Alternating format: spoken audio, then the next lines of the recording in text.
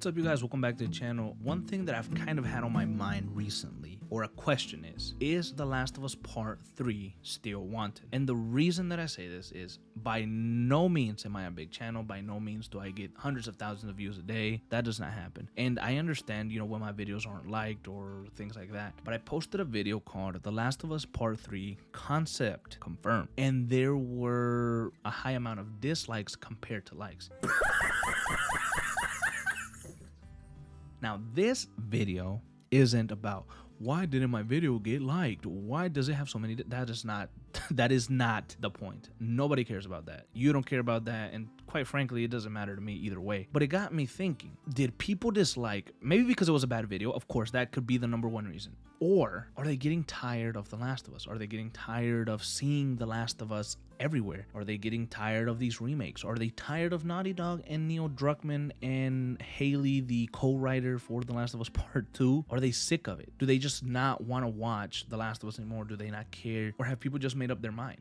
And then you start thinking about, well, what's going on around me? We had The Last of Us, which by itself, when it first released, it was amazing. Amazing score, amazing story, amazing acting. Everything was great. Well, then you had a remaster for the PS4 version. Then we had an announcement for The Last of Us Part 2. Then that came out. Then there was an announcement for a show. And then after that, there was a remake of The Last of Us Part 1. And then there was a remastered of The Last of Us Part 2 that had released only in 2020. So my point is, when you start seeing things, and let me not forget, here a couple of days ago, they announced that filming began for The Last of Us Season 2 on HBO. So now it seems like everything and everyone is talking about The Last of Us. The Last of Us was this small game that turned out to be a great story back in 2013, and it was beloved by many. Some people might believe that the story began to get exploited. It got a remaster, it got a remake, it got a sequel, then the sequel got remastered. Now there's an HBO show, and now there's another season coming. And now there's, Neil Druckmann talking about a concept for a Tommy game that either could be a game, it could be a book, it could be a show, it could be something else. Has The Last of Us lost its uniqueness?